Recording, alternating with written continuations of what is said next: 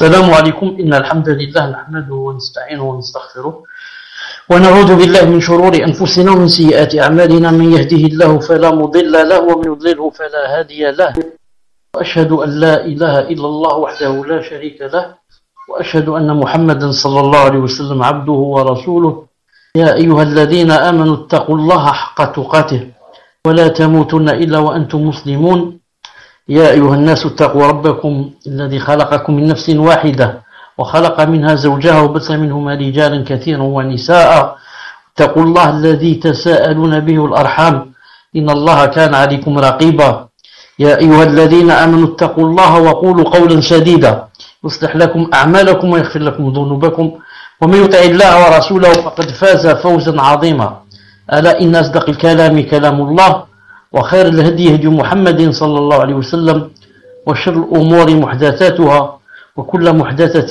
بدعة وكل بدعة ضلالة وكل ضلالة في النار حياكم الله تعالى en cette soirée du samedi 25 Rabi' al-Awwal 1438 de l'Hégire correspondant au 24 décembre 2016 bi'idhnillah subhanahu wa ta'ala.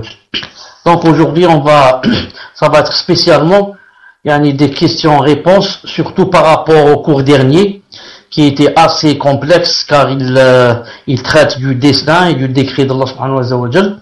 Donc on va se limiter à répondre aux questions bi'idhnillah ta'ala, surtout celles du cours passé, incha'Allah ta'ala.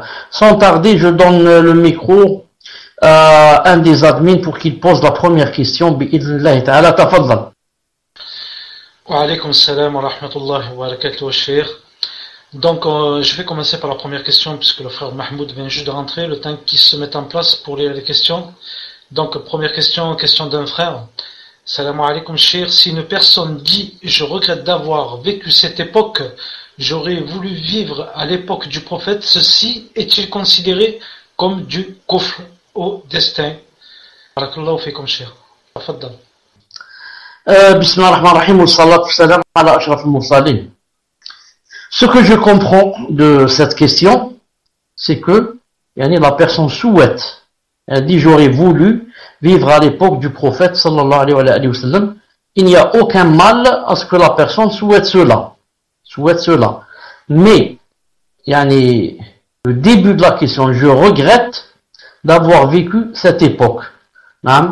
Ceci ne se dit pas parce que ce n'est pas nous qui commandons quand est-ce qu'on doit vivre et quand on doit mourir. Non. La personne peut dire, je regrette de vivre, par exemple, dans telle ville. Je regrette de vivre dans tel pays. Mais il ne peut pas dire, je regrette de vivre à cette époque. Parce que ce n'est pas nous qui, nous créons. C'est Allah Ta'ala qui décide et sait quand est-ce qu'il nous crée. Et quel est le moment convenant pour nous créer. Donc on n'a pas le droit de dire cela. Mais par rapport à la fin de la question, c'est-à-dire souhaiter vivre au temps du prophète ou bien au temps du Sahaba, ou bien au temps de Ibn Taymiyyah, ou bien au temps de l'imam Malik, ou bien tout ça, Inch'Allah Ta'ala, n'est pas interdit à ce que je sache. Wallahu subhanahu wa ta'ala a'lam. Tafaddal. Assalamu alaikum wa rahmatullahi wa barakatuh. Jazakallahu khayran ya Cheikh. Donc nous allons passer à la deuxième question. Deuxième question qui demande, il y a des avis de savants qui disent que lors du voyage, on peut raccourcir les prières seulement pour 4 jours. Pas plus. Pouvez-vous me l'expliquer? Jazakallahu khayran. Tfaddal ya Cheikh. Barakallahu fik. Fawzi, est-ce que tu es là? Fawzi. Alhamdulillah. Fawzi, profite pour prendre, si c'est possible, 5 autres questions. 5 autres questions. Il est possible qu'on ajoute, après 10, il est possible. Prends-les, par prudence. Donc, je redonne le micro au frère Mahmoud. Tfaddal. Naam, jazakallahu khayran ya Cheikh. Donc, la question dit, il y a des avis de savants, c'est la deuxième question, il y a des avis de savants qui disent que lors du voyage, on peut raccourcir les prières seulement pour 4 jours. Pas plus, Afwan. Pouvez-vous me l'expliquer? Jazakallahu khayran. Tfaddal ya Cheikh. Naam, cet avis existe chez les savants. Et c'est l'avis de, plusieurs savants. Naam, qui disent que, on peut prendre seulement 3 jours et 3 nuits, certains disent 4, pas plus. Ils se sont basés sur certains faits du prophète, mais qui ne sont pas clairs. qui ne sont pas clairs, que le prophète alayhi salam voulait instituer ce jugement-là. C'est pour cela, une seconde, c'est pour cela je dis que, Inch'Allah Ta'ala, l'avis de la plupart des savants, la plupart, que c'est permis, que ça soit plus de 3 jours et 4 jours. C'est l'avis de Ibn Taymiyyah, Ibn al-Qayyim, Cheikh Ibn Uthaymin, Cheikh Fawzan, beaucoup d'autres. Cheikh Ibn Uthaymin, je suis sûr, je l'ai lu plusieurs fois. Cheikh Fawzan, je doute, je ne sais pas, je ne connais pas bien son avis sur ce point, mais je vous dis que, Inch'Allah Ta'ala, c'est l'avis le plus fort, que la personne peut, raccourcir ses prières jusqu'à ce qu'elle revienne du voyage. Et il y a le athar authentique de Abdullah ibn Omar qu'il est resté une fois 6 mois en train de raccourcir les prières en Adrabidjan, 6 mois. Et Anas, radiyallahu ta'ala, le compagnon, 1 année au Sham. Et Masrouk, 6 mois ou bien 1 année à une ville qui s'appelle Silsila. Et comme ça. Donc l'avis le plus fort, Inch'Allah ta'ala, c'est celui de Cheikh al-Islam, aussi de Cheikh Ibn Uthaymin, rahimahullah ta'ala, que la personne, tant qu'elle est en voyage, elle raccourcit jusqu'à ce qu'elle revienne chez elle, même si elle reste 2 années ou 3 ou plus. Bi'idnillahi ta'ala. Tfaddal. Jazakallahu khairan ya Cheikh. Donc nous allons passer à la 3e question. Et là je profite avant d'oublier, bi'idnillahi ta'ala, avant de passer à la 3e question, qu'une fois, vous m'avez posé la question sur la personne qui voyage, mais pour aller chez ses parents. C'est comme si quelqu'un qui est en France, qui a ses parents en Algérie, il vient passer les vacances chez ses parents. Est-ce qu'en étant chez ses parents, ou bien on dit qu'il est toujours voyageur et qu'il continue à raccourcir? Je ne sais pas ce que j'ai répondu et je ne sais pas si j'ai répondu, mais aujourd'hui, je vous confirme, Inch'Allah Ta'ala, que il raccourcit jusqu'à ce qu'il revienne. Et que, étant chez ses parents, il n'est pas chez lui. Étant chez ses parents, il n'est pas chez lui, bi'idhnillahi ta'ala. Naam, tfaddal. Jazakallahu khayran ya Cheikh. Donc nous allons passer à la 3e question. 3e question qui demande qu'Allah vous bénisse et vous élève en degré, vous ainsi que votre famille, ainsi que les admins. Merci beaucoup pour votre travail. Je voulais vous demander si donner de l'argent à un mendiant dans la rue était haram. Ceci car des personnes qui vivent en Algérie, car il y a des personnes en Algérie, ont dit que l'imam de leur ville leur avait dit de ne plus donner, car cela incitait les gens à être dépendants des autres et à demander aux gens des choses. Je n'ose plus donner de l'argent maintenant, de peur de faire un péché. Merci de nous éclairer, cher. Barakallahu fikum ya cher. Jazakallahu khayran. Tfaddal ya cher. En fait, ce qu'a dit cet imam, comme ça en général, et ça a besoin de beaucoup de détails. Car le fait maintenant de donner de l'argent aux mendiants dans la rue, maintenant ça c'est compliqué. Ce n'est plus comme autrefois. Pourquoi? Parce que maintenant, disons, si je vais pas dire la plupart, mais je vais dire que beaucoup d'entre eux, ce ne sont pas de vrais mendiants. Beaucoup d'entre eux, maintenant, font cela comme métier. Et chez nous en Algérie, c'est très clair et très évident. Il y a même plusieurs fois, ils ont été filmés et on les a montrés à la télé. Donc, ils viennent même en famille. Ils viennent en famille. Il installe, par exemple, ses enfants dans un endroit, sa femme un peu plus loin, et lui il prend un autre endroit. Des fois, il loue même un taxi pour venir. Ensuite, le soir, le taxieur, il revient pour les reprendre. Et, ils se regroupent et repartent avec lui, comme du travail. Et le matin, à 8h du matin, ils ont un emplacement spécial. Et comme ça, le soir, à 6h ou là, 18h ou là, ils reviennent chez eux. Donc, c'est devenu un travail, c'est devenu un métier.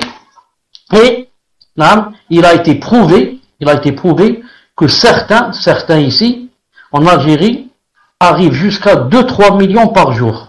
2-3 millions de centimes par jour. Alors que certains employés ici leur payent c'est 1,5 million, même pas 2 millions par mois. Alors que le mendiant, il arrive à 2-3 millions par jour. Subhanallah al-Azim. Donc, maintenant, si quelqu'un sait que cette personne est de ce genre, par exemple, faut pas lui donner, c'est sûr. Sans parler de ceux qui se lèvent à chaque fois dans la mosquée et qui dit que voilà, mon épouse ou bien mon fils ou bien ma fille doit subir une opération chirurgicale et qu'il n'y a personne pour m'aider. Et bien sûr qu'il est en train de mentir, et la plupart mentent. Sans parler de celui qui se lève et qui dit que voilà, il montre une ordonnance et il dit je dois acheter des médicaments et je n'en ai pas. Sans parler de celui qui se lève, voilà, et qu'on leur dit notre, voilà.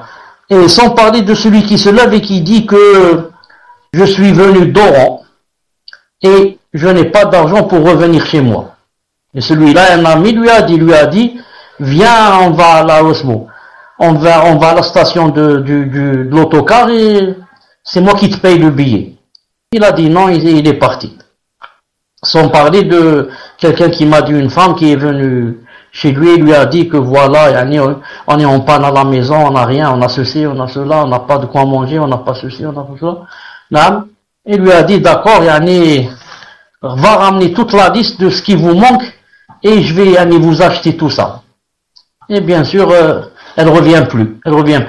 Donc maintenant, disons à 90% de ceux qui demandent du moins, ou bien au moins en Algérie, pas dans d'autres pays. Chez vous, là, c'est vous qui savez. Chez nous, au moins 90% à 95% qui tendent leurs mains ne sont pas vrais. Dans ce cas, lui donner n'est pas permis. Parce que tu l'aides à ce qu'il prenne l'argent des autres. Tu l'aides. Ensuite, il y a un hadith authentique du prophète qui dit quoi? Que sadaqa, il dit l'aumône, et certains disent, il veut dire par là la zakat, mais ça rentre aussi l'aumône, qu'elle n'est pas permise à toute personne qui est forte, de taille, qui est en bonne santé, qui peut travailler. Et nous on dit que ça s'applique dans le cas où il peut travailler et il trouve le travail et il ne veut pas travailler. Et ce genre-là existe en Algérie maintenant. Des gens qui sont venus des pays africains, s'en est plein ici en Algérie, tu lui dis viens travailler, il te dit non. Tu lui dis qu'est-ce que tu veux? Il te dit je veux sadara. C'est-à-dire tu me donnes fils habile. Tu lui dis viens travailler chez moi dans un restaurant, viens m'aider à la maison, construire la maison, je te payerai. Il te dit non, moi je veux sadara, c'est tout. Donc celui-là, ou si c'est pas permis de lui donner. Donc je dis à cet imam qui a dit ça, s'il veut dire ce que j'ai dit, c'est vrai, mais s'il veut dire comme ça en général, on ne doit pas donner à un mendiant, c'est pas vrai.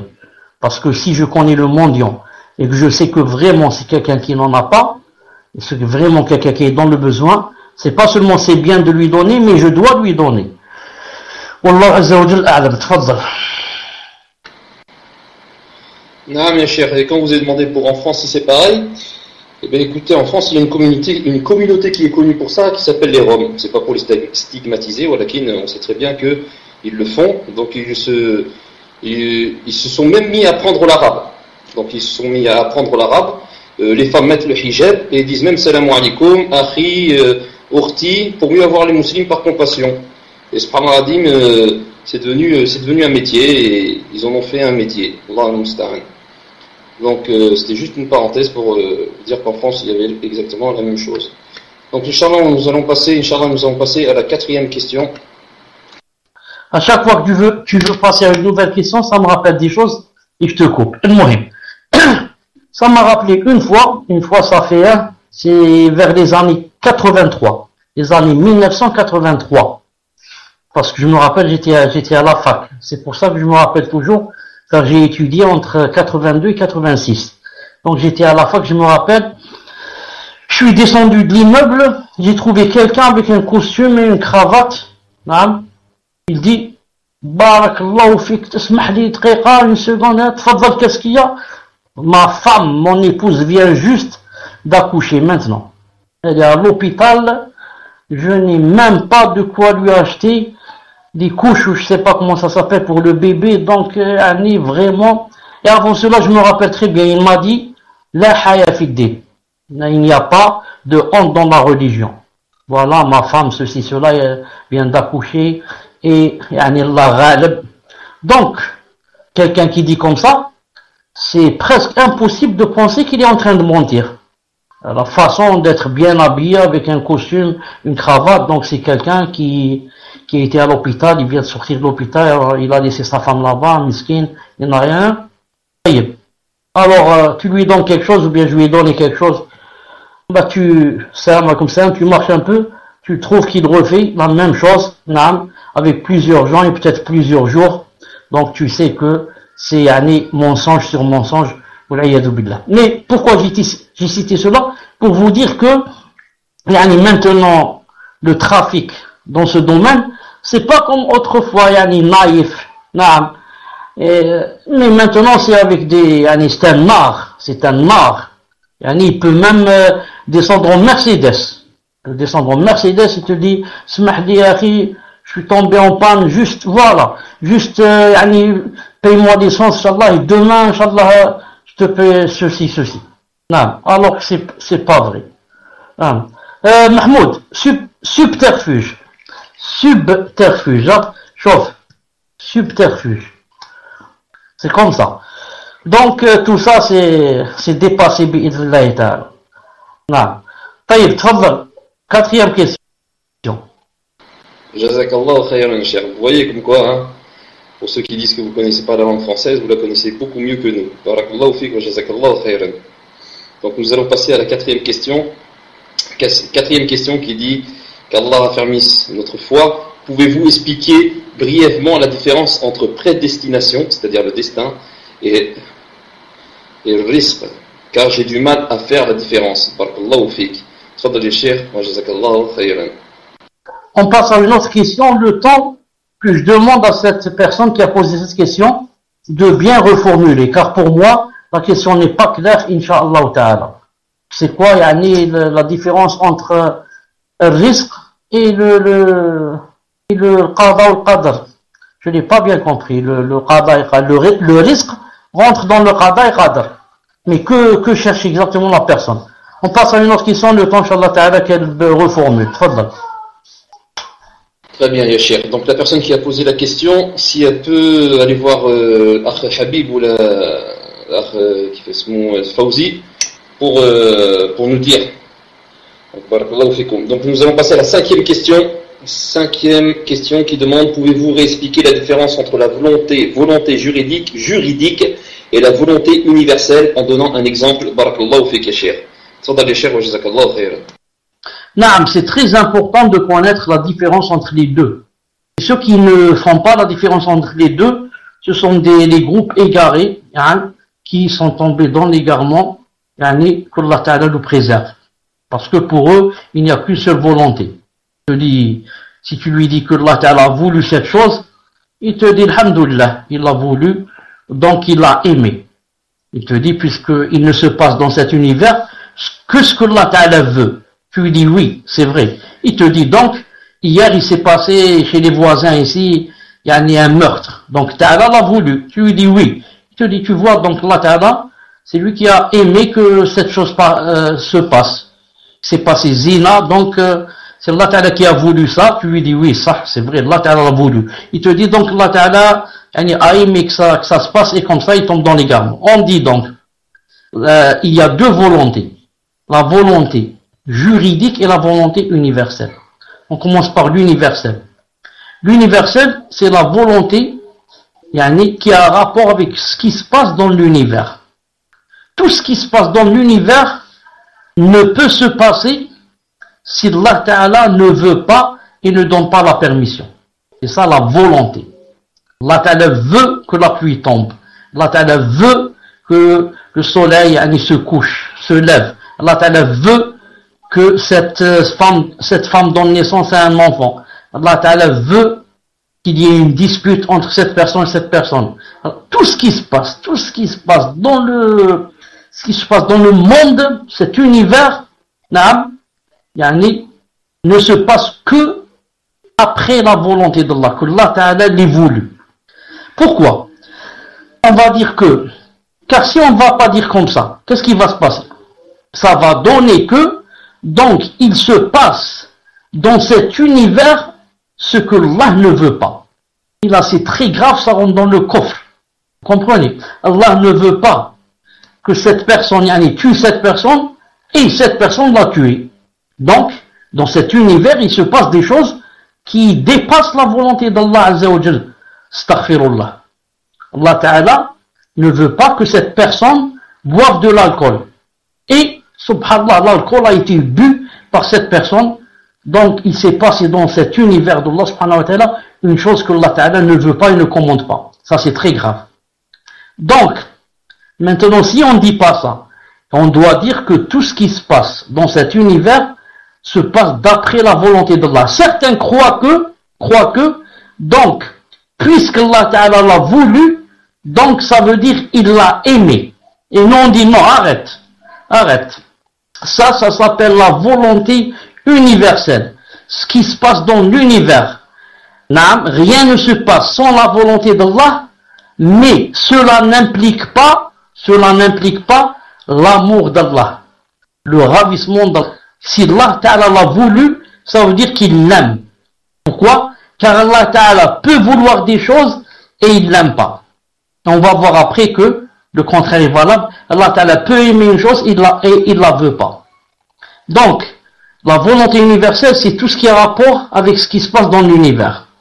On doit connaître deux choses dans cette volonté, c'est quoi? La première, c'est que tout ce que Allah Ta'ala veut, il doit exister. Rien ne peut entraver la volonté d'Allah Azza wa Jal, la volonté universelle. Rien ne peut l'entraver. Tout ce que Allah Ta'ala veut existe. Non. Ça c'est la première des choses. Et la première des choses, la deuxième des choses, dans la volonté universelle, qu'on doit savoir, c'est que la volonté universelle d'Allah Azza wa Jal n'implique pas son amour. Allah Ta'ala veut que cette personne tue cette personne, et pourtant, celui qui va tuer, Allah Ta'ala va le jeter en enfer Yawm al-Qiyamah, s'il ne fait pas la tawbah. Allah Ta'ala a voulu que cette personne boive de l'alcool. Mais Allah Ta'ala a interdit la boisson de l'alcool. Et il va châtier la personne qui a bu si elle ne fait pas tawbah. Allah Ta'ala a voulu que cette personne vole. Et la personne a volé. Mais Allah Ta'ala n'aime pas le vol. Il a dit celui qui vole, coupez-lui la main. Donc s'il ne fait pas tawbah, il va lui couper il va le châtier au qiyamah. Pour vous dire que la volonté universelle, ce qui se passe dans cet univers, ne se passe que par la volonté d'Allah. C'est lui qui veut d'abord. Mais sa volonté, quand il veut, n'implique pas qu'il est ravi ou quand il est ravi et qu'il aime ce qui s'est passé. Elle dit c'est par rapport à la volonté universelle. Quant à la volonté juridique, c'est ce que Allah Ta'ala veut par rapport à ce qui est juridique, ce qui est sharaï. Exemple, Allah Ta'ala veut que nous soyons des croyants. Allah Ta'ala veut qu'on prie. Allah Ta'ala veut qu'on lise le Coran. Allah Ta'ala veut qu'on fasse la zakat. Allah Ta'ala veut qu'on fasse la piété familiale. Allah Ta'ala veut qu'on aille à Umrah. Allah Ta'ala veut qu'on fait le siyam. C'est la volonté juridique qui a rapport avec la charia. Mais la volonté juridique, il faut savoir deux choses en elle. La première, toute volonté juridique, Allah Ta'ala l'aime. Tout ce qui est juridique, Allah Ta'ala l'aime. C'est pas comme la volonté universelle. Allah Ta'ala décrète une chose et il l'aime pas. Non. Il a voulu la création d'Iblis, mais Allah Ta'ala n'aime pas Iblis. Ça c'est un exemple. Non. Mais la volonté juridique, non. Allah Ta'ala aime tout ce qui est sharia. Il aime que nous prions. Il aime que nous fassions l'aumône. Il aime que nous allions au Hajj. Il aime que nous prenions le bien. Il aime qu'on interdise le mal. Et comme ça, tout ce qui est juridique, Allah Ta'ala l'aime. Ça c'est la première des choses. Et la deuxième des choses, dans la volonté juridique, pas toute chose que Allah Ta'ala aime juridiquement a lieu. La preuve, Allah Ta'ala aime que Abu Jahl, par exemple, soit un croyant. Mais ça n'a pas eu lieu. Allah Ta'ala aime que mon voisin qui est en face de moi, par exemple, prie. Et pourtant, mon voisin ne prie pas. Allah Ta'ala aime que cette personne, par exemple, devienne sur la droiture. Mais elle n'est pas sur la droiture. Donc, la volonté juridique, ce que Allah Ta'ala aime juridiquement, ça n'implique pas nécessairement son amour. Non. Par contre, la volonté universelle, ça implique son amour, mais ça n'implique pas nécessairement que ça arrive, que ça ait lieu. Quant à la volonté universelle, tout ce que Allah Ta'ala veut, il a lieu. Et pourtant, ça ne nécessite pas son amour. Pour, comment on dit, résumer, je dis, la volonté universelle, ce qui a rapport avec l'univers, tout ce que Allah Ta'ala veut, ça implique son existence. Tout ce qu'il veut, ça va se réaliser. Mais ça n'implique pas son amour. Il veut des choses dans cet univers qu'il n'aime pas. Il veut que cette personne tue cette personne. Il veut et accepte que cette personne boive de l'alcool. Allah Ta'ala n'aime pas celui qui boit de l'alcool. Volonté universelle. Quant à la volonté juridique, tout ce que Allah Ta'ala veut, il l'aime. Mais ça n'implique pas son existence. Allah Ta'ala aime que nous soyons tous des croyants, et pourtant plusieurs gens ne sont pas des croyants. Allah Ta'ala veut et aime que cette personne, par exemple, prie, et pourtant cette personne ne prie pas. Demande à la personne maintenant si elle a compris, sinon je réexplique, Inch'Allah Ta'ala. Tfadal. Jazakallah khayran ya Cheikh. Donc le temps que nos frères Habib ou la Fawzi demandent, nous allons revenir à la question numéro 4. Question numéro 4. Donc, alhamdulillah, j'ai eu, par l'intermédiaire de Fawzi, ce que vous voulez dire la sœur. Donc, elle voulait dire la distinction entre la prédestination dans le sens qu'il y a des éléments qu'Allah nous donne et qui peuvent ne pas changer. Exemple, être prophète, être handicapé, etc. Et le risque, la subsistance des éléments qu'Allah nous donne et retire. Ce n'est pas clair pour moi. Fadal et Cheikh, je ne sais pas si vous avez compris.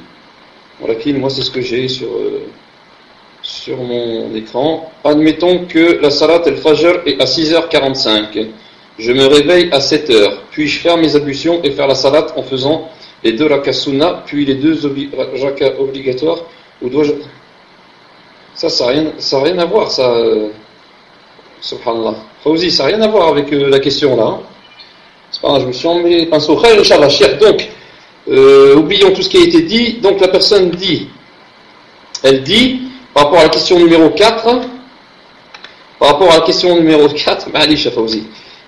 à la question numéro 4, elle voulait dire la distinction entre la prédestination dans le sens qu'il y a des éléments qu'Allah nous donne et qui peuvent ne pas changer, exemple être prophète, être handicapé, et le risque, la subsistance des éléments qu'Allah nous donne et retire. Ce n'est pas clair pour moi.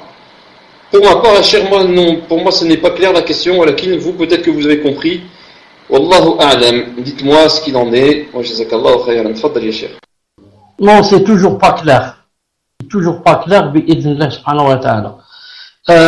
Non, c'est toujours pas clair. Que la personne nous explique bien, Inch'Allah ta'ala, et parce que quand elle dit par exemple aux personnes pour des choses qui ne changent pas et des choses qui changent, le risque il change parce qu'il le donne et il le retire, et il dit handicapé, ça change. Ça peut être handicapé pendant 10 ans, ensuite ne plus être handicapé. Ou le contraire, être masha'Allah, ensuite on devient handicapé, donc ça change aussi. Ensuite, autre chose. Ensuite, pour la volonté universelle et juridique, il y a des cas où les deux volontés se groupent, et des cas où les deux volontés n'existent pas. Donc il y a 4 cas. Des fois, il y a volonté universelle et juridique en même temps. Et des fois, il y a volonté universelle seulement. Et des fois, il y a volonté juridique seulement. Et des fois, il n'y a pas les deux. Si vous voulez, Inch'Allah Ta'ala, je vous donne des exemples en cela, Inch'Allah Ta'ala. Tfaddal. Jazakallahu khayran, Cheikh. Donc nous allons passer à la question numéro 6, le temps que Fawzi nous dise si la sœur a bien compris pour la question que vous avez faite tout à l'heure et nous rapporte plus de détails pour l'autre question où nous n'avons pas compris. Donc question numéro 6, Inch'Allah, question d'une personne qui demande qu'Allah vous rétribue en bien, vous et les frères qui vous aident Actuellement, je vis en France. Je suis en France. Que dire à un homme qui se dit musulman, mais qui dit « vous les salafis » et tous les musulmans sont mes frères, y compris les chiites. Je tiens à préciser que j'ai tenté de lui faire nasiha 2 fois avec des preuves en lui faisant écouter la fatwa de Cheikh Al-Fawzan, hafidallah, et une fatwa écrite de Cheikh Ferkous, hafidallah. Je lui ai dit que je vous poserai la question et qu'il pourrait vous écouter sur votre radio, sur la radio Al-Huda, ou que je lui ferai écouter l'enregistrement. Également, j'ai arrêté de lui passer le salam et aussi de lui rendre le salam. Quel est le verdict quant à mon acte? Jazakallahu khayran, Cheikh. Tfaddal. Mahmoud, ne dis pas tout, dis-moi seulement la phrase qu'il a dite. Quelle phrase il a dit? Bon, c'est écrit ici. Vous, les salafis et tous les musulmans sont mes frères, y compris les chiites. Bon, la personne dit ici, donc j'ai arrêté de lui dire le salam, et quoi? J'ai passé salam aussi de lui rendre le salam. Quel est le verdict quant à mon acte? Le verdict quant à ton acte, tu as été un peu dur, un peu rude aussi, dur et rude. Non, normalement, non, comme dit Cheikh Rabi', hafidahullah, il reste des fois 10 années en train de faire la nasiha à quelqu'un. Et ensuite, ce qu'il faut savoir, c'est que cette personne qui a dit ça, c'est sûrement des gens de la masse. Mais si c'est les gens de la masse, vous savez qu'on doit patienter avec eux. On ne peut pas comprendre comme ça très vite une chose pareille. Il faut du temps, qu'ils travaillent le minhaj, qu'ils comprennent bien le minhaj, pour qu'ils puissent comprendre une chose pareille. Sinon, quelqu'un de la masse te dit comment? Oh, pour les chiites, pourquoi c'est pas mes frères? Les chiites, c'est quelqu'un, masha'Allah, il veut l'islam, il veut le califat, il veut la charia, etc. Il ne connaît rien. Donc, à chaque fois, je lui explique, comme ça, doucement. Mais, on ne parle pas à quelqu'un, on lui dit pas salam, on lui rend pas, si c'est une tête qui fait la da'wa aux gens, qui dit les chiites c'est nos frères, ceci, cela, celui-là c'est une tête, c'est un da'ya, c'est un prédicateur. Celui-là, je m'éloigne de lui, je lui dis pas salam, etc. Parce que c'est un fattan et il égare les gens. Et quant à quelqu'un qui est comme ça, si je puis dire, c'est comme s'il y a un malade. Toi, tu es un médecin, un malade qui vient vers toi, il te dit, voilà, j'ai mal à tel et tel endroit, et tu lui dis, voilà, je t'explique moi, ensuite tu lui dis, éloigne-toi de moi. Non. Il faut aller, Inch'Allah Ta'ala, doucement, expliquer à chaque fois, et patienter. Et on a il persiste, et il ne veut pas accepter le haqq, et commence à faire la da'wa, et on s'est loin de lui, bi'idh subhanahu wa ta'ala. Naam. Fadl. Naam, jazakallahu khayran ya Cheikh pour toutes ces précisions qui font beaucoup de bien pour certaines personnes, Inch'Allah.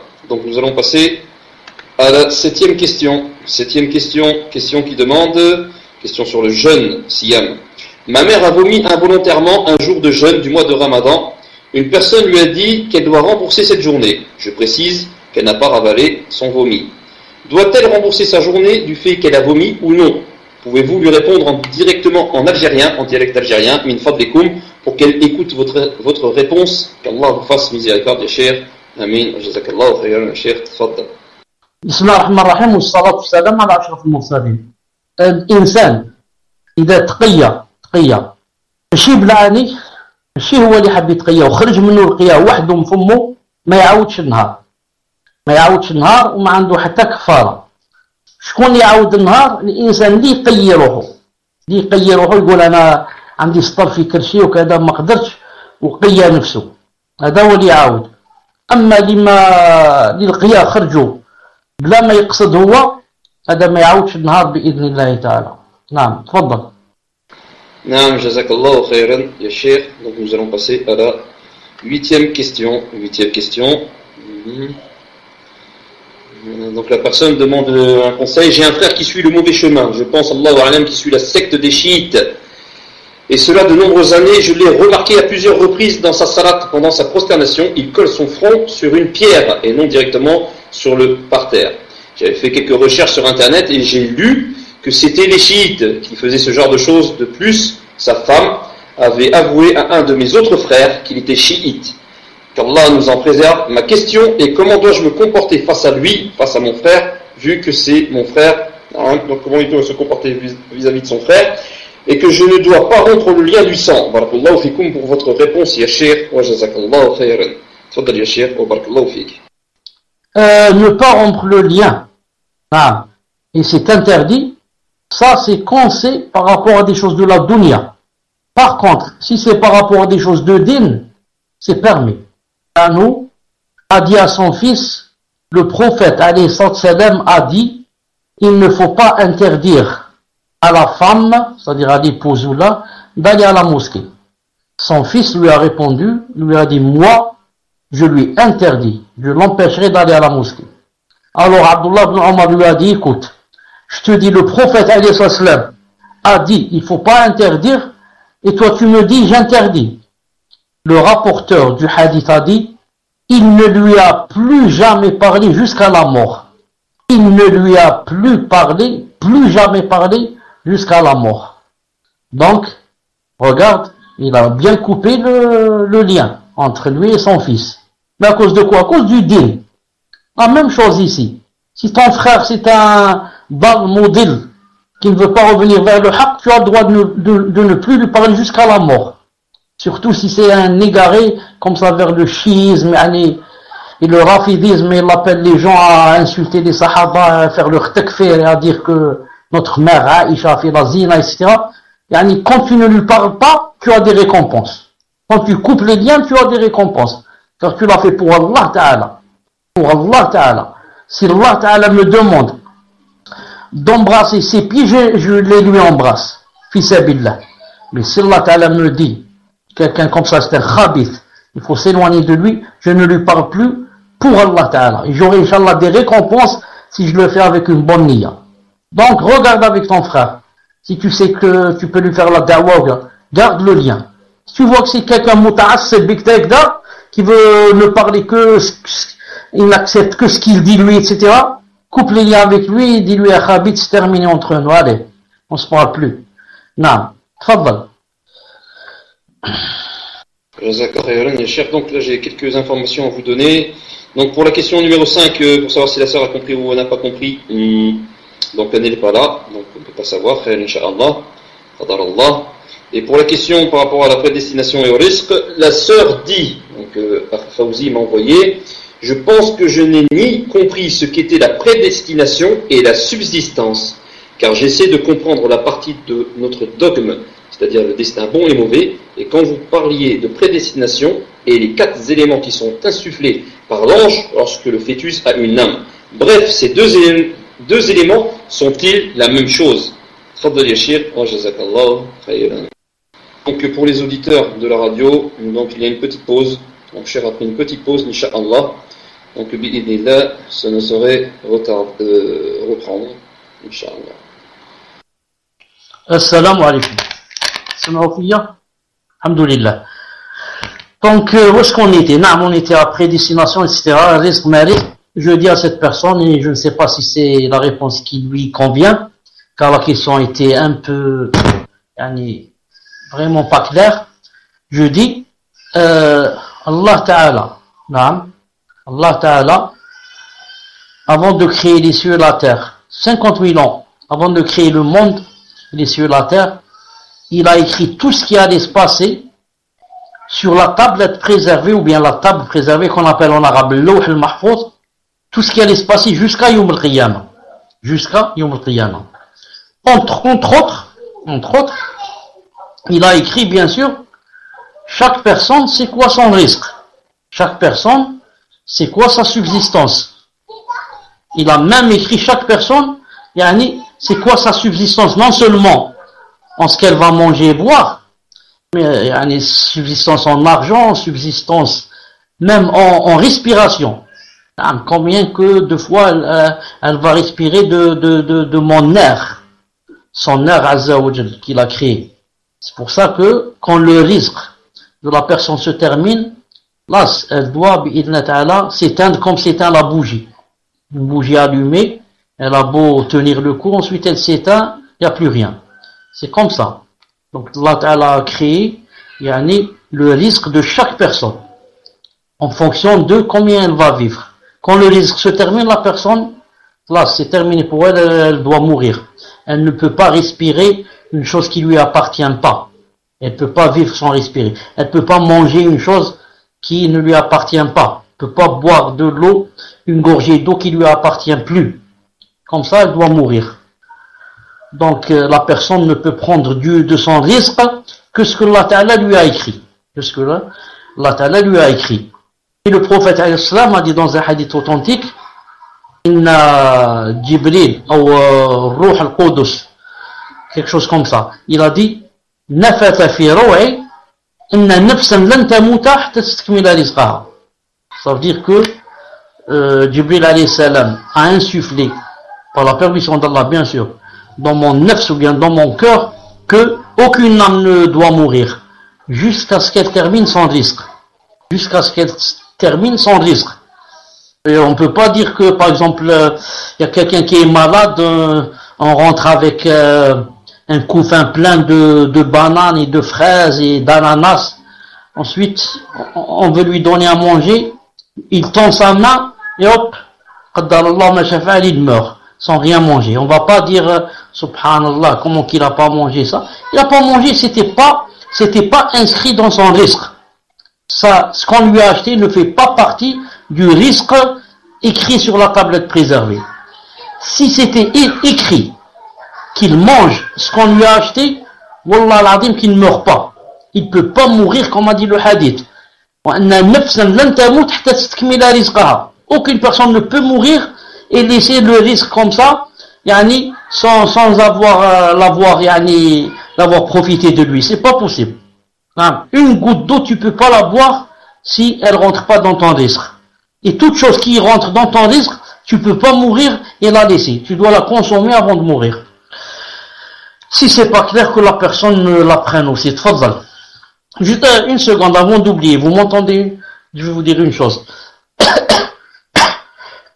Alhamdulillah. Chauffe. J'ai lu sur les réseaux sociaux et aujourd'hui aussi, j'ai reçu une question pareille qui dit que certaines personnes ont entendu qu'il y a une agence qui se trouve à Rouen, si j'ai une bonne mémoire, et qui dit que ils vont aller organiser une Umrah en février et que je serai parmi eux.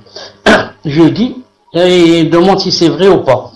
Je dis, premièrement, celui qui a aujourd'hui, après le cours aujourd'hui, on a rendez-vous justement pour parler, pour discuter de cette chose, et je vais lui faire la remarque que je ne lui ai pas dit de faire de la publicité.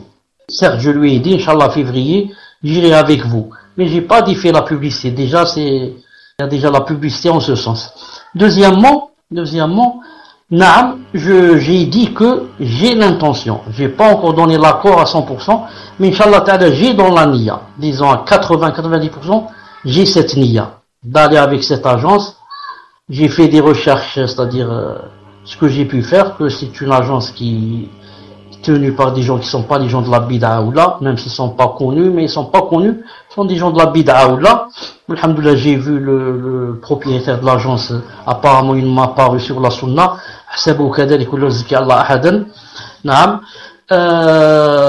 qu'est-ce que j'ai dit encore? Et que je vais aller avec eux, Inch'Allah Ta'ala, pas en tant que guide, mais en tant qu'invité, c'est tout. C'est-à-dire que là-bas, je ferai, Inch'Allah Ta'ala, quelques cours ou là, quelques rappels ou là, c'est tout, billah ta'ala. Mais je suis pas un guide, je suis pas parti aller payer pour faire quelque chose ou là, non. Je pars comme invité, Inch'Allah Ta'ala, en même temps pour faire certains cours ou là, certaines réponses à certaines questions comme ça. Wallahu Ta'ala alam. Voilà, Inch'Allah Ta'ala, c'est mania. Et qu'Allah Ta'ala termine si c'est un bien, et qu'Allah Ta'ala l'éloigne si c'est un mal, Inch'Allah Ta'ala. Fadal. Amin. Jazakallah khayran, cher, vous avez très bien fait de préciser, pour pas qu'il y ait d'ambiguïté et que ça ouvre une porte à shaitan. Donc, nous allons passer à la question numéro 9. Donc, la personne demande, concernant le verset El-Zumar, verset 42, dire Allah yatawaffa al-anfusa hina mawtiha wallati lam tamut fi manamiha فيمسك التي قضى عليها الموت ويرسل الأخرى إلى أجل مسمى إن في ذلك لآيات لقوم يتفكرون. Donc, traduction approximative. Allah reçoit les âmes au moment de leur mort, ainsi que celles qui ne meurent pas au cours de leur sommeil. Il retient celles à qui il a décrété la mort, tandis qu'il renvoie les autres jusqu'à un terme fixé. Donc la personne dit, on m'avait dit avant de se coucher, lorsque l'on fait ces ablutions, eh bien nos âmes se retrouveraient en prosternation sous le trône d'Allah Azza wa Jal. Lorsque l'on dort, je pense qu'elle veut dire ça. Et est-ce que cela est vrai? Y a-t-il un dalil? Barakallahu fika shaykh wa jazakallahu khayran. Je ne connais pas un dalil comme ça clair qui dit que nos âmes seraient en prosternation sous le trône d'Allah Azza wa Jal. Si quelqu'un de parmi vous qui a un dalil en ce sens, alors qu'il nous le montre, peut-être qu'il y a dû oublier, Allah Ta'ala, mais maintenant je dis que je n'ai pas entre mes yeux comme ça un dalil qui dit comme ça. Ce que je sais, c'est comme a dit le verset. C'est-à-dire, quand on dort, Allah Ta'ala reçoit nos âmes. Allah reçoit les âmes au moment de leur mort. Ça c'est quand on meurt vraiment. Ainsi que celles qui ne meurent pas au cours de leur sommeil. C'est-à-dire, quand on dort, les âmes montent chez Allah subhanahu wa ta'ala. S'il a décrété que on doit vivre encore, il nous renvoie notre âme jusqu'à le terme fixé. Sinon, c'est comme il dit ici, il retient celle à qui il a décrété la mort. Sinon, si Allah Ta'ala a écrit qu'on doit mourir pendant le sommeil, donc quand on dort, il ne nous rend pas nos âmes. C'est pourquoi beaucoup de gens, on va les réveiller, ils ne se réveillent pas. Ils se sont endormis juste pour une sieste, ou bien à 10 heures du matin, ou bien la nuit, ou bien, là, mais ils ne se réveillent plus. Pourquoi? Parce que quand il dort, la personne, son âme n'est plus chez elle, mais chez Allah subhanahu wa ta'ala. Et Allah Ta'ala décide, ou bien il la rend, parce que cette personne doit vivre encore, ou bien il dit c'est terminé pour elle, elle passe de la petite mort, le sommeil, à la grande mort, et la personne ne revit plus. Wallahu ta'ala alam. Tfaddal. Jazakallahu khayran ya Cheikh. Donc nous allons passer à la 10e question. Et là c'est pour ça que, avant d'oublier aussi, je profite pour dire que, puisque quand on dort, il y a une grande probabilité qu'on ne se réveille plus.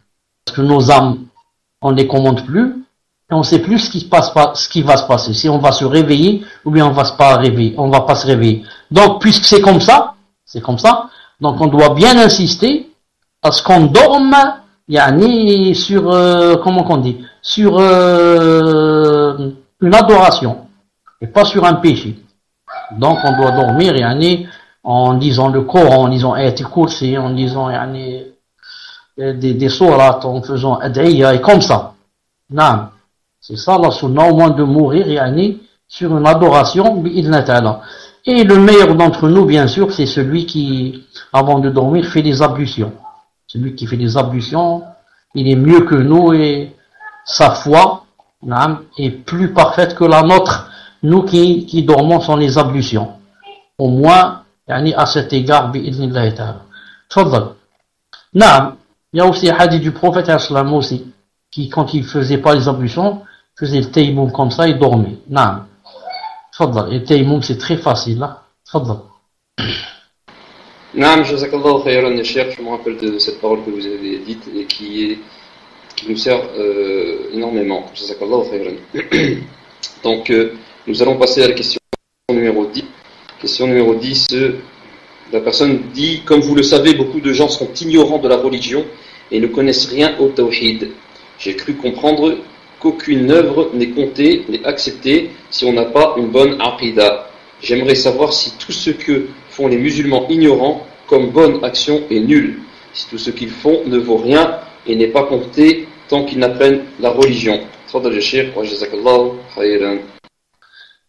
j'ai pas entendu, c'était beaucoup de coupures. ممكن تعيد إن شاء الله تعالى تفضل si c'est possible.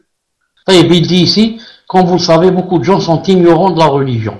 Ils ne connaissent rien au tawhid. J'ai cru comprendre qu'aucune œuvre n'est comptée si on n'a pas une bonne aqida.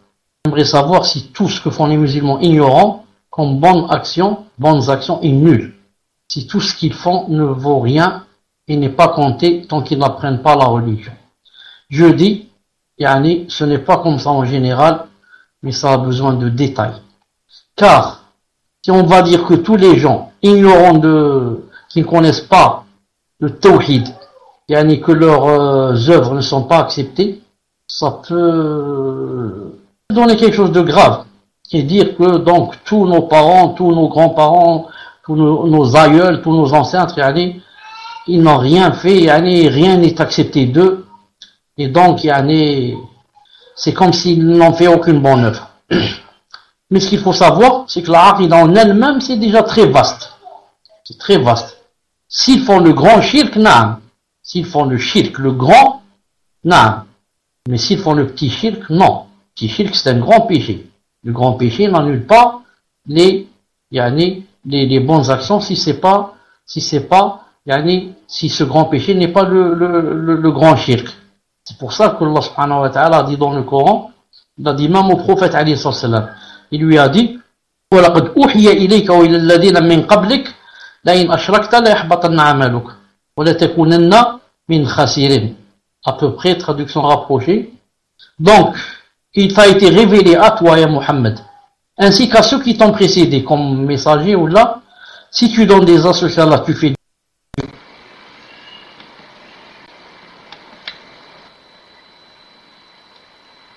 Mahmoud, sans faire exprès, tu m'as pris le micro. Malish. Donc, maintenant, vous m'entendez? Vous m'entendez? Malish. Est-ce que vous m'entendez? C'est tout. Alhamdulillah.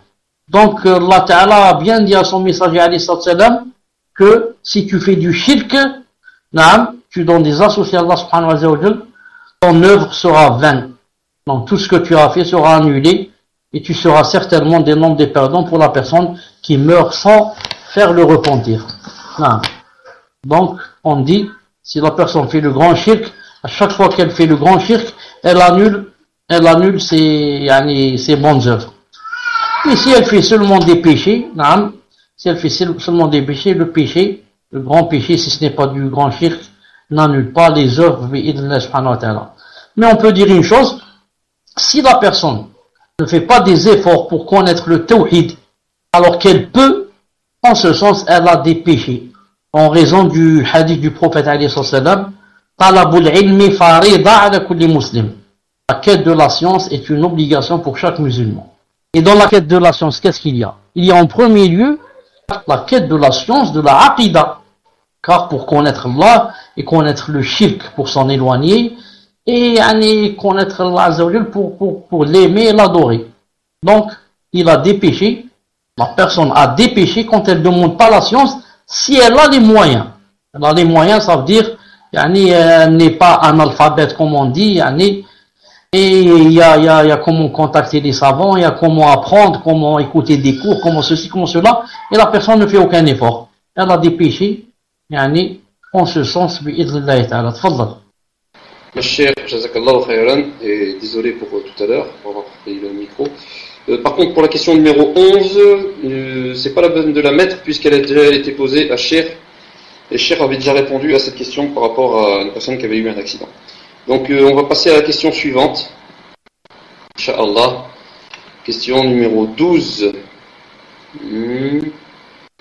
Donc la sœur demande qu'Allah vous rajoute en science et vous récompense pour vos efforts. Pouvez-vous nous dire si dans le Coran ou la Sunna, il a été cité que deviendront les anges, Jibril, Israfil, alayhum salam, une fois que les humains et les djinns seront soit en enfer, soit au paradis. Jazakallahu khayran ya Sheikh. Tfaddal, barakallahu fik. Naam, après ce que je sais, qu'il n'y a rien, ni dans le Coran, ni dans la Sunna, qui a cité cette chose. D'après ce que je sais, mes faibles connaissances, Wallahu ta'ala alam, qu'il n'y a rien, je ne connais rien dans le Coran, ni dans la Sunna, qui a dit que Jibril ou Israfil ou bien, par exemple, voilà ce qui va leur arriver après, que les gens soient en enfer ou au paradis. Et si quelqu'un connaît quelque chose, qu'il ne nous l'apprenne bi'idhnillahi ta'ala. Tfaddal. Jazakallahu khayran ya Sheikh. Donc nous allons passer à la prochaine question. Question numéro 13. Question d'une sœur qui demande le hadith qui parle que le prophète sallallahu alayhi wa sallam déposait Afwan, mes chers. Donc, alors je relis la question parce qu'elle est un petit peu, j'ai l'impression, mal formulée. Le hadith qui parle que le prophète sallallahu alayhi wa sallam allait déposer la poubelle du juif. Non, c'est le juif qui posait la poubelle devant la porte du prophète sallallahu alayhi wa sallam. Donc, le hadith qui dit que le juif déposait la poubelle devant la porte du prophète sallallahu alayhi wa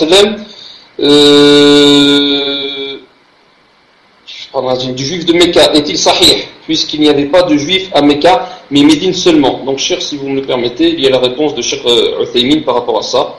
Mais je vous laisse le mic, j'ai la réponse de Cheikh Uthaymin devant les yeux. Donc, cher, est-ce que vous m'entendez? Est-ce que vous m'entendez? Est-ce que le son est meilleur? Est-ce que le son est meilleur? Et cher, alhamdulillah. Donc, par rapport au hadith qui dit que un juif de Mecca, déposait ses détritus devant la porte du prophète sallallahu alayhi wa sallam, est-il sahih puisqu'il n'y avait pas de juifs à Mecca? Donc je disais, j'ai la réponse de Cheikh Uthaymin par rapport à cela. Donc je vous laisse le mic et après si vous voulez je la lis. Tfaddali Cheikh wa jazakallahu khairan. Salam alaikum, est-ce que vous m'entendez? La ilaha illallah wahdahu la sharika lahu. Tfaddal, c'était quoi la question? Donc Cheikh, la question numéro 12 ou la numéro 13, Wallahu alam, c'était par rapport au hadith qui dit que le juif déposait ses poubelles devant le juif de Mecca déposait ses poubelles devant la maison du prophète sallallahu alayhi wa sallam. Est-il juste car il n'y avait pas de juif à Mecca? Donc je disais que si vous le souhaitez, j'avais le lien de la réponse de Cheikh Uthaymin sous les yeux. Donc si vous voulez, je la lis. Mais avant ça, je vous laisse le mic pour me donner la permission. Donc est-ce que pour les autres frères, les admins, il serait bien que vous mettiez un pour que Cheikh sache si c'est que lui, ça vient que de sa connexion ou là ça vient de tout le monde. Donc Cheikh, apparemment c'est votre connexion. Peut-être avez-vous quelqu'un qui s'est connecté sur votre alhamdulillah. Donc je vous disais par rapport à la question qui demande si le hadith était véridique, le fait que le juif déposait ses poubelles devant celle du prophète sallallahu alayhi wa sallam, devant la porte du prophète sallallahu alayhi wa sallam. Donc, est-ce que ce hadith est véridique? Et je disais que j'avais la réponse de Cheikh Uthaymin. Donc, si vous le désirez, je la lis. Donc, dites-moi si je lis. Je vous laisse le mic. Donc, je vais répondre, Inch'Allah Ta'ala, de ce que je sais. Ensuite, je voudrais bien que tu nous lises ce qu'a dit Cheikh Ben Uthaymin, même si peut-être j'ai dû lire ça et oublier. Ceux qui ont dit, et si le prophète qui a été lésé par le juif à Mecca, je dis, à Mecca il n'y avait pas de juifs. À Mecca il n'y avait pas de juifs. Les juifs c'est à Médine. Donc cette histoire, si elle se passe à Médine et pas à Mecca, car à la Mecque il n'y avait pas de juifs. Ensuite, cette histoire, je dis, ne peut pas se passer à Médine. Pourquoi? Car à Médine, le prophète c'était lui, je sais pas comment on dit ça, c'était lui qui commandait les croyants, le commandeur des croyants. Non, personne ne peut le léser.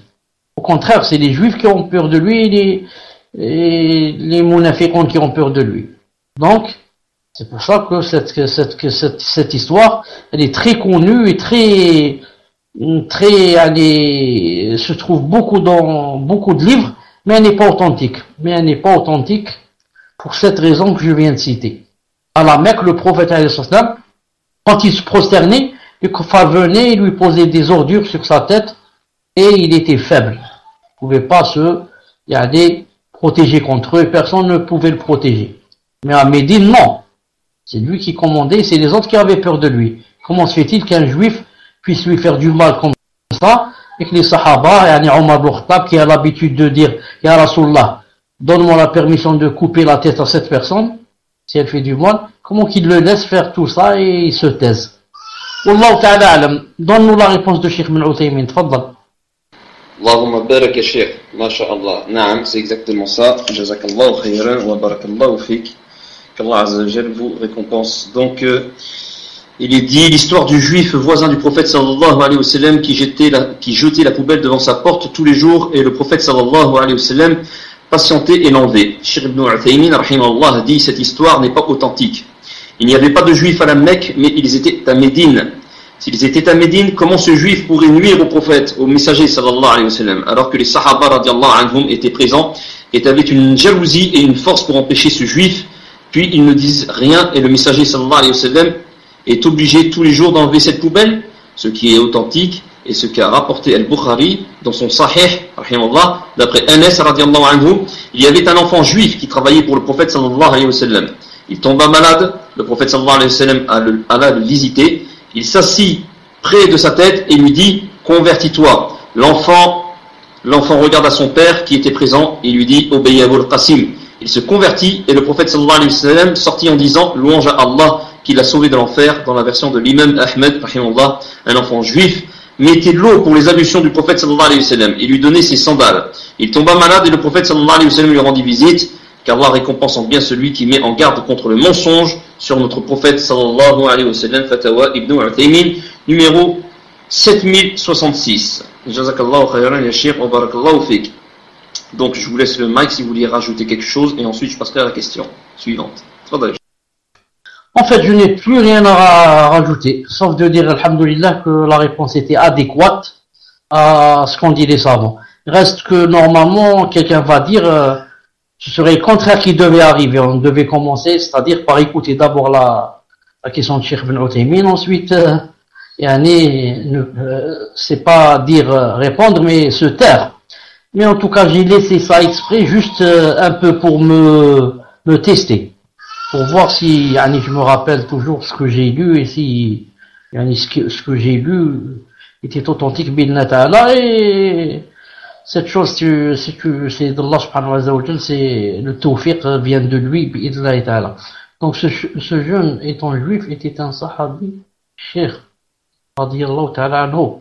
À partir du moment où la personne atteste devant le prophète alayhi salam et meurt en tant que croyant, on dit que cette personne est sahabi. Non. Si elle remplit les conditions que je viens de citer.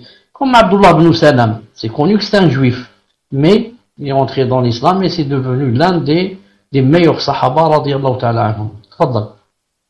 Naam, Cheikh Abdullah ibn Salam, qui était un grand rabbin et qui s'était converti à l'islam radiyallahu anhu. Donc nous allons passer à la question suivante, question numéro 14, si ma mémoire est bonne. Question d'une sœur qui demande qu'Allah subhanahu wa ta'ala vous préserve sur son chemin jusqu'à sa rencontre. De même pour nous tous. Le mari d'une sœur dit que le prophète sallallahu alayhi wa sallam a dit que nous pouvions nous reposer avant l'heure de la salat si nous sommes fatigués. Alors il dort très souvent avant la salat sans mettre son réveil et donc se réveille souvent le matin et colle presque salatul isha, salatul subh.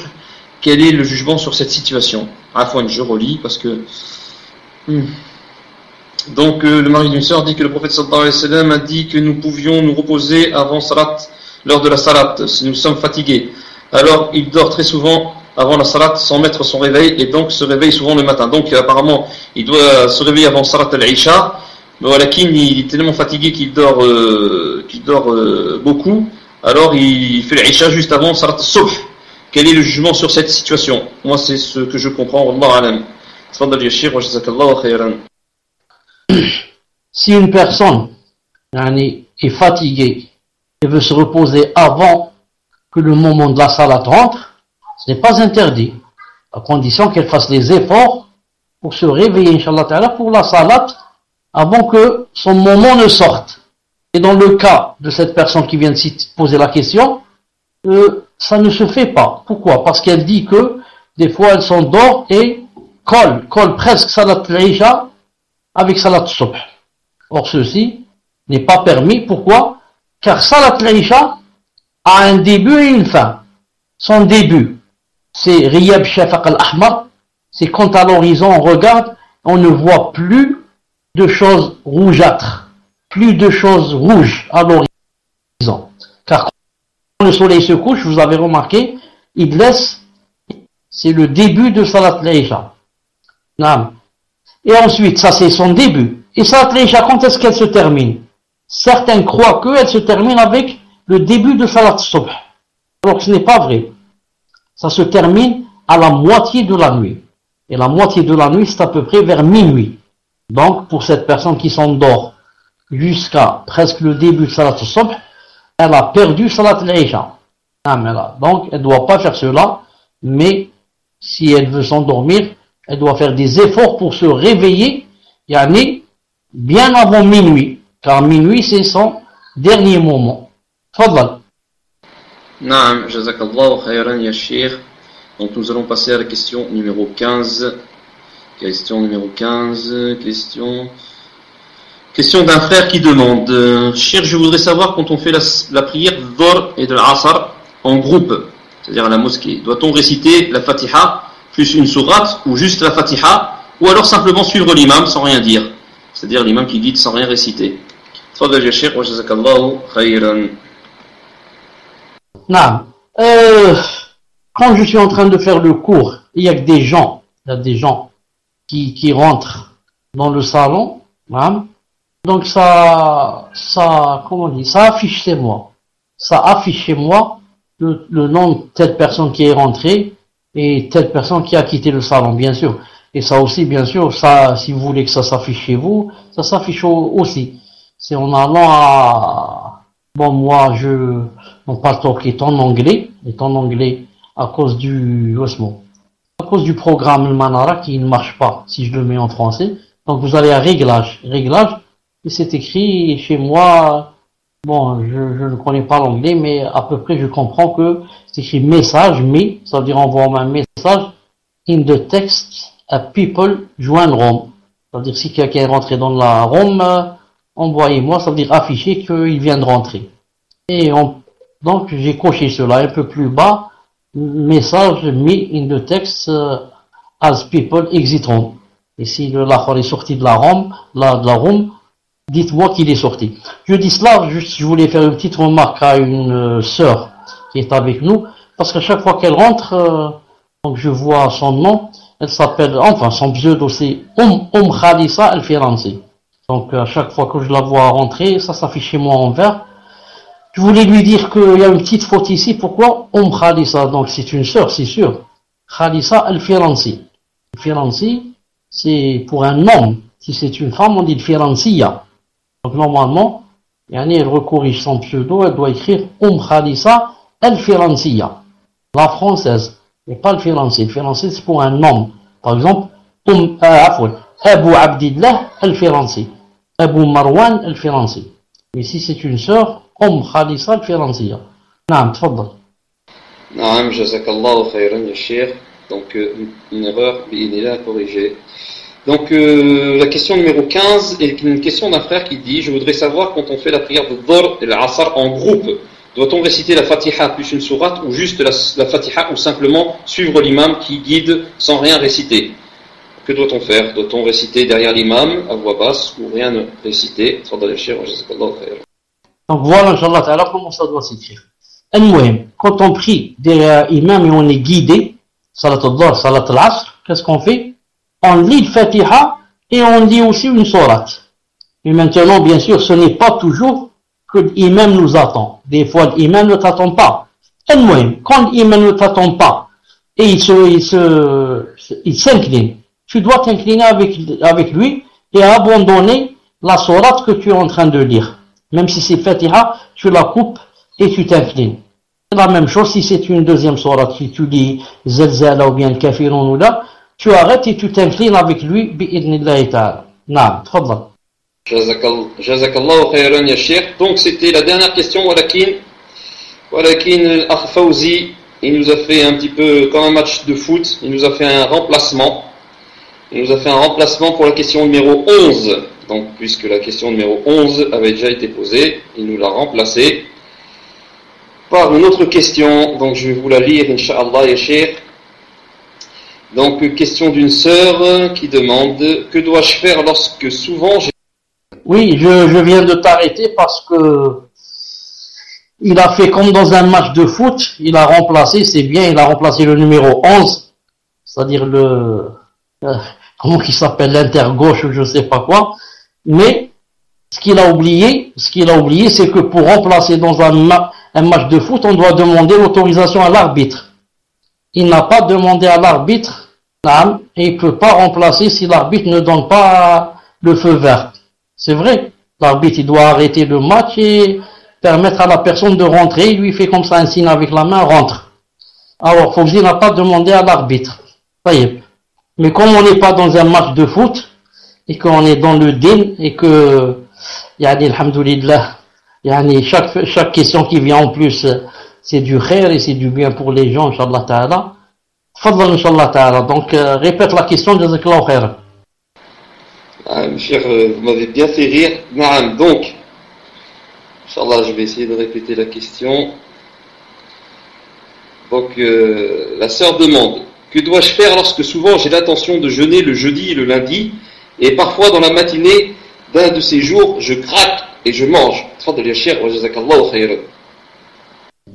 Je dis à cette personne, qui dit comme ça, j'ai l'intention de jeûner jeudi, lundi, et parfois dans la matinée d'un de ces jours, je craque et je mange. Je dis, cette personne qui jeûne le lundi et jeudi, ou bien elle jeûne pour rattraper des jours obligatoires, comme la femme qui a son cycle, ou quelqu'un qui était malade et qui veut rattraper, ou bien pour, elle jeûne des jours surérogatoires, nafila.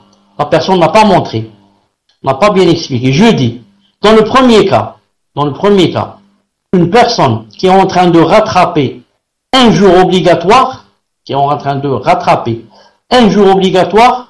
commencé à jeûner, n'a pas droit de l'annuler. Mais si elle l'annule, c'est vraiment dans la darura et dans la contrainte, et dans ce cas, elle le refait une autre fois. Mais, je veux bien attirer l'attention que ce n'est pas de notre sort. Ce n'est pas nous qui choisissons si je veux j'annule, si je veux j'annule pas. Non. Pourquoi? Parce que je suis en train de rattraper un jour obligatoire. Je dis ça pourquoi? Parce que certains gens ne savent pas ça. Des fois je suis malade pendant le ramadan, j'ai mangé un jour. Donc je dois le rattraper, ça. Maintenant, pendant le février, le 12e jour, j'ai dit par exemple, demain c'est lundi ou là je vais rattraper mon jour de jeûne du ramadan. Et ensuite, je commence à jeûner, et ensuite, peut-être, certains vont dire, j'abandonne. Ou bien, j'ai envie de m'approcher de ma femme. Ils croient que c'est permis. C'est pas permis. Pourquoi? Car tu es en train de rattraper un jour obligatoire. C'est pour ça que tu n'as pas le droit de l'annuler, sauf si vraiment c'est la contrainte. C'est la maladie ou bien je tombe par terre par étourdissement tellement ça me fait mal, etc. Ça rentre dans la contrainte. Par contre, deuxième cas, si quelqu'un est en train de jeûner la nafila surérogatoire, lundi, jeudi, Ashura, Arafa, comme ça, surérogatoire, celui-là il est libre. S'il veut à midi s'arrêter, il s'arrête. S'il veut à 14h s'arrêter, il s'arrête. S'il veut à 9h du matin s'arrêter, il s'arrête. Non. Pourquoi? Parce qu'il ne veut plus ou il ne peut plus. Allah Ta'ala lui donne, Inch'Allah Ta'ala lui donne l'intention de la niya. Car il avait la niya et il a commencé et s'est arrêté. Donc Allah Ta'ala la yudhi'u ajr muhsinin, ne fait pas perdre les récompenses des gens qui sont des bienfaisants. Même pour avoir jeûné 2 ou 3 heures, il lui donne, Inch'Allah Ta'ala, la récompense. Donc voilà, Inch'Allah Ta'ala, la réponse. Tfaddal. Naam, jazakallahu khayran, ya Cheikh. Donc moi, pour ma part, je n'ai plus d'autres questions. Je demande à Fawzi s'il a un autre remplacement à faire rentrer. Apparemment, il n'y a pas d'autre... Fawzi, ok, hello. Si, ah d'accord. D'accord, frère. Donc on demande... Ah oui, mais il faut demander à... C'est pas moi l'arbitre, Fawzi. Donc cher, est-ce qu'on prend la prochaine question? Une dernière. C'est toujours là, comme ça, une dernière, mais après on continue. Donc cher, est-ce que c'est possible ou pas? Et excusez-nous de prendre autant de votre temps. Tfaddal, cher. Prends, Inch'Allah Ta'ala, les 3 dernières. Prends 3 dernières questions. Bi'idnillah subhanahu wa ta'ala, comme je suis un peu en forme, alhamdulillah, on profite tout qu'Allah Allah subhanahu wa ta'ala, les 3 dernières questions. Tfaddal, c'est quoi la première? Cher, si vous êtes en forme, vous allez rentrer sur le terrain. Donc, Inch'Allah, nous allons passer à la prochaine question. Question d'une sœur qui dit, admettons que la salat al-Fajr est à 6h45, je me réveille à 7h. Puis-je faire mes ablutions et faire la salat en faisant les 2 rakas sunna, puis les 2 rakas obligatoires, ou dois-je attendre que le soleil se lève pour prier? Jazakallahu khayran. Tfadal les chers, mais voilà qui c'est avant le lever du soleil. Tfadal les chers, jazakallahu khayran. C'est une question très importante et je l'ai lu, ça fait seulement quelques temps aussi, peut-être c'est une autre personne à laquelle j'ai répondu, Allah subhanahu wa ta'ala alam. Donc je dis, quand quelqu'un se réveille, un peu en retard, la première des choses qu'il doit faire, c'est bien sûr faire les ablutions et prier. Il ne doit jamais dire, attends, je vais attendre que le soleil se lève. Le soleil se lève, c'est pour la nafila. Pour la nafila. Mais, pour la prière obligatoire, dès que la personne se réveille, au plus vite, elle doit prier. Comme a dit Allah subhanahu wa ta'ala, il a dit, wa aqim salat li dhikri. C'est un verset. Et le prophète alayhi salam a dit, man nama an salat wa nasiya, fal yusalliha ila dhakaraha. La kafarata laha ila dhalik. Il a lu le verset, wa aqim salat li dhikri. Il a dit en français, à peu près alayhi salam, si quelqu'un oublie une salat ou bien s'endort, il ne se réveille pas, il a dit, dès qu'il se rappelle cette salat, il l'a fait. C'est la même chose, dès qu'il se réveille, il l'a fait. Non. C'est pour ça que certains se trompent. Qu'est-ce qu'ils font? Ils se réveillent et ils disent, j'attends que le soleil se lève. Comment tu attends que le soleil se lève? La salat obligatoire n'a pas de temps interdit. Elle se prie en tous les temps. Même si le soleil se lève, si le soleil se couche, s'il est en plein milieu, tu dois faire la prière et au plus vite. La nafila, d'accord, tu peux la laisser, le fajr et la sunna, tu peux la laisser jusqu'à ce que le soleil se lève. Mais l'obligatoire, non. Tu dois la faire dès que tu te réveilles, bi'idna ta'ala.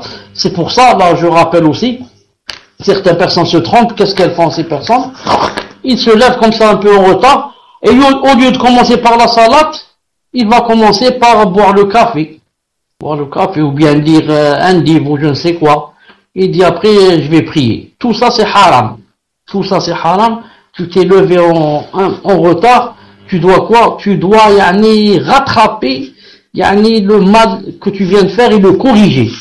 Et le corriger, comment le faire? Le corriger en priant vite. En priant le plus tôt. Mais Allah Ta'ala, certes, pour t'être endormi, Allah Ta'ala ne va pas te punir à cause du sommeil, car comme a dit le prophète islam, il a dit la tafriqa fin nom. Il a dit il n'y a pas, comme on dit, il veut dire à peu près, c'est-à-dire qu'on ne reçoit pas de péché pour s'être endormi, mais à condition que la personne fasse les causes pour se réveiller, et si elle s'est pas réveillée, à condition qu'elle prie au plus tôt.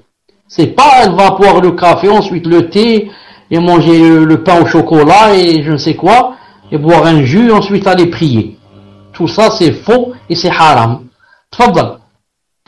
Jazakallahu khayran. Donc, cher, parmi les 3 questions que vous nous avez demandées, il y en a une qui est arrivée. J'aurais une question, Inch'Allah. Est-ce que le fait d'apaiser son frère en payant sa dette, en invoquant pour lui ou en lui offrant un cadeau, en lui donnant des aumônes, etc., cela rentre-t-il dans l'amour pour Allah Azzawajal? Et donc, est-ce que cela peut-il faire bénéficier celui qui fait ses actes de l'ombre du trône d'Allah Azzawajal, Yawm al-Qiyamah, qui est promis à ceux qui s'aiment en Allah Azzawajal? Jazakallahu khayran, wa barakallahu fik, hafidhaka Allah, ya Cheikh al-Karim. Wallah, je n'ai pas compris la question. Je n'ai pas compris, de quoi ça retourne dans cette question. Si c'est possible de l'afficher, Inch'Allah Ta'ala, ou bien de la relire. Tfadal. Donc, la personne chère, au fait, elle demande par rapport à tous ses actes. Par rapport à tous ses actes, c'est-à-dire le fait d'apaiser son frère en payant sa dette, ou en le soulageant d'une difficulté, ou en invoquant pour lui, ou en lui offrant un cadeau, en lui en donnant des aumônes, cela rentre-t-il dans l'amour pour Allah? Et donc, le fait de faire tout ça, est-ce que cela peut nous faire bénéficier de l'ombre d'Allah Azzawajal lorsqu'il y aura d'ombre que la sienne? Yawm al-Qiyamah. Jazakallahu khayran wa barakallahu fik ya Cheikh. Si c'est pas assez clair, dites-moi, je vous reformule la question, Inch'Allah. Je pense que c'est très clair, mais pour confirmer que j'ai bien entendu ce qu'a voulu dire la personne, dites-moi si c'est vrai ou pas. Ça veut dire que la personne dit que, par exemple, si elle connaît une personne qui a des dettes, etc., et elle veut apaiser son cœur, donc elle lui paye ses dettes, ou bien elle lui donne l'aumône, ou bien, etc., etc. Est-ce que ça rentre dans les bonnes œuvres et que Allah Ta'ala est ravi de cette personne? Est-ce que c'est ça? Dites-moi si c'est ça. C'est ça, alhamdulillah. Donc, puisque c'est comme ça, attendez-moi juste une seconde, je vais vous ramener un hadith, Inch'Allah Ta'ala, qui va faire la joie de vos yeux, Inch'Allah Ta'ala, en ce sens. Une seconde, Bakr. Naam. Un hadith du Cheikh Al-Albani a dit, il est Hassan, il est bon ou authentique. Une seconde, chauffe. أحب الناس أنفعهم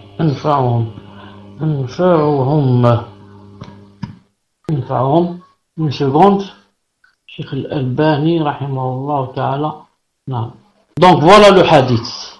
Voilà le hadith, Inch'Allah ta'ala, je vais le copier. Non. Une seconde, copie ici. Je vais le mettre ici, bi'idhnillahi ta'ala. Je demande à Allah ta'ala qui nous aide pour que il s'affiche. Maintenant, je vais vous dire ce qu'a dit Cheikh Al-Albani de lui. C'est comme je vous ai dit. Il a dit Hassan. Il a dit hadith bon. Regardez, numéro 176, Sahih al-Jami'. Donc, que dit ce hadith? Écoutez bien ce que dit ce hadith.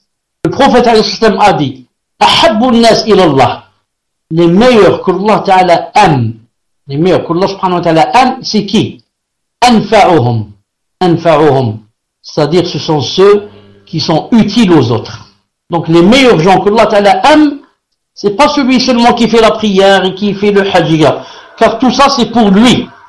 Mais c'est plutôt ceux qui sont utiles aux autres. Une seconde. Hein? Donc vous avez entendu, les meilleurs c'est qui?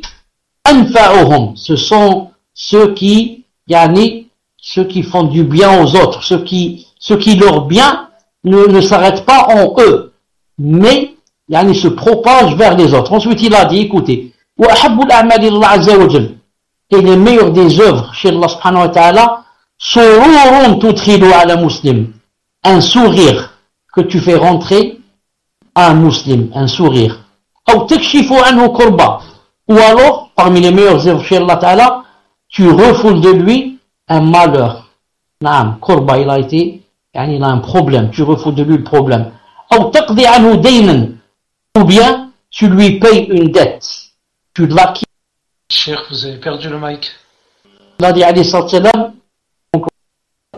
je continue, il a dit alayhi salam, وَلَئِنْ أَمْشِيَ مَعَ أَخِي الْمُسْلِمِ فِي حَاجَةٍ أو حاجتي أحب إلي من أعتكف في المسجد شهرا.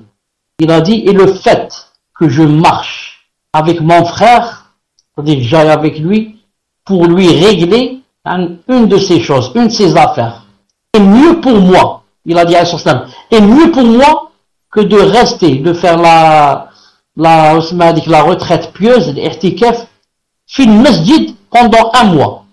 Imagine une personne qui s'enferme dans la mosquée, un mois elle ne sort pas.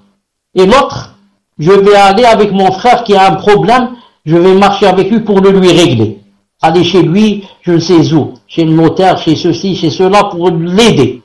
Il a dit, c'est mieux que de rester un mois enfermé dans la mosquée. Allahu Akbar. وَمِنْ كَشَفَ وَمِنْ كَفَّ غَضَبَهُ. Et celui qui retient sa colère, سَتَرَ اللَّهُ عَوْرَتَهُ. Allah Ta'ala cache sa aura. وَمِنْ كَظَمَ غَيْظًا. Et celui qui laisse son courroux dans son cœur, il ne fait pas sortir, وَلَوْ شَاءَ أَنْ يُمْضِيَ أَمْضَهُ. Alors que s'il veut, il peut, comme on dit, il peut se venger, et il revient, il termine, il dit, et celui qui marche avec son frère le musulman, dans un de ses besoins,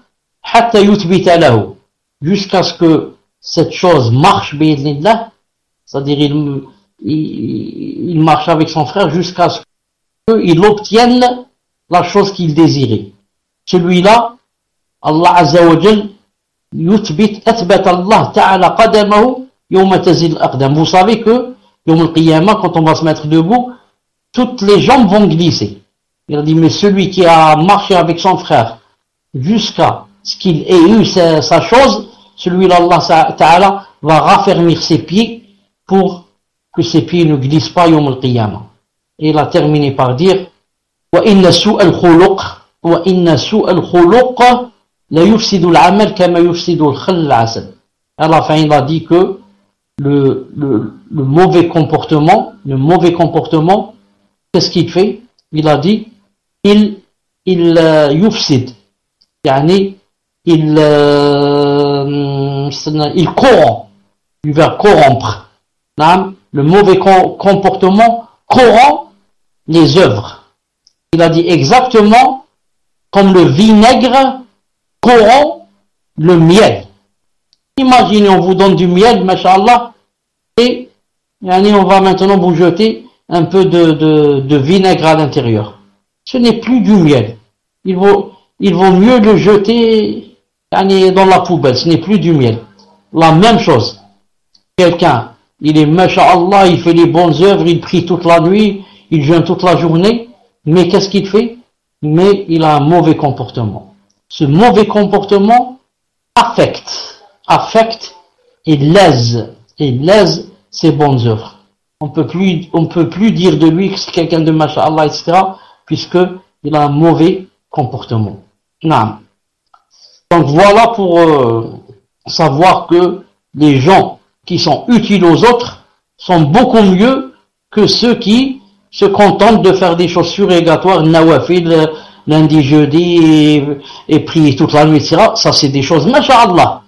Mais attention, tu n'es en train de faire du bien qu'à toi-même.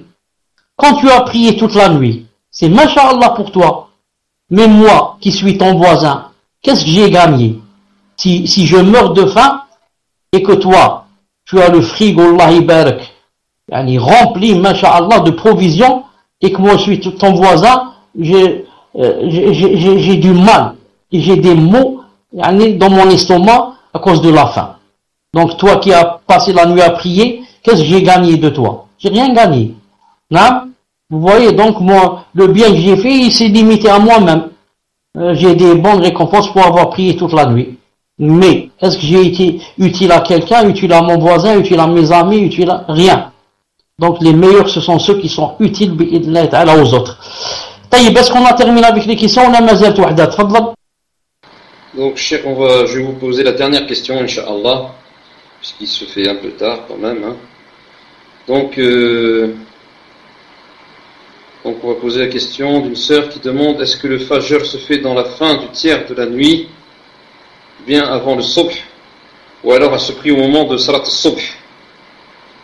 Jazakallahu khayran ya Cheikh wa barakallahu fik. Donc, est-ce que salat al-fajr se fait dans la fin du tiers de la nuit, bien avant le subh, ou alors à ce prix au moment de salat al-subh? Jazakallahu khayran wa barakallahu fik ya Cheikh, ça sera la dernière question, Inch'Allah. Salat al-Fajr, c'est une sunna mu'akkada, recommandée, que jamais le prophète Hassan n'a délaissé, ni en voyage, ni quand il était chez lui, pas en voyage. Non. Et Salat al-Fajr ne se fait pas à la fin du tiers de la nuit, ou là, elle se fait juste avant Salat al-Subh. Avant Salat al-Subh. Mais maintenant, de nos jours, le problème, c'est que, par exemple, ici en Algérie, il y a un décalage d'au moins de 15 minutes, subhanallah al-azim. Chez vous, je ne sais pas comment ça se passe. Chez nous, subhanallah al-azim, quand on entend le adhan, le deuxième de la prière, car dans le premier adhan, c'est pas pour la prière, c'est pour se préparer, etc. Et pour manger le suhour, on est au ramadan, etc. Maintenant, quand il appelle pour la prière, pour aller prier, et ce n'est pas encore le moment, il reste au moins 15 minutes jusqu'à 20 minutes en Algérie pour pouvoir prier. Donc, nous, quand on entend l'adhan, on attend 15-17 minutes pour prier Salat al-Fajr, et juste après, le temps de lire à peu près 50 versets, il y a Salat al-Subh. C'est comme ça, dans la charia. Salat al-Fajr, c'est juste quand c'est le moment du Fajr, qu'on voit à l'horizon que ça commence un peu à blanchir. Maintenant, on sort de Salat al-Subh, pas Salat al-Fajr, on sort de Salat al-Subh, et quand tu vois le ciel, il y a toujours les étoiles. Et il fait nuit. On peut même pas voir quelqu'un qui marche dans la rue, c'est qui. On reconnaît pas. Ça c'est vraiment grave, mais c'est pas de notre faute. On essaye au mieux de retarder, mais c'est tout ce qu'on peut. Donc, Salat al-Fajr, pour terminer jeudi, c'est une sunna recommandée qui se fait juste avant Salat al-Subh. Le prophète sallam, quand il la faisait, et il s'endormait un peu sur son flanc droit, et attendait un peu, le temps pour prier Subh avec les gens. Les savants dit, à peu près, il restait à peu près, le temps de lire, 50 versets à peu près. Naam. Allah ta'ala alam. Voilà, inshallah ta'ala, pour aujourd'hui. سبحانك اللهم وبحمدك أشهد أن لا إله إلا أنت أستغفرك وأتوب إليك. السلام عليكم ورحمة الله وبركاته.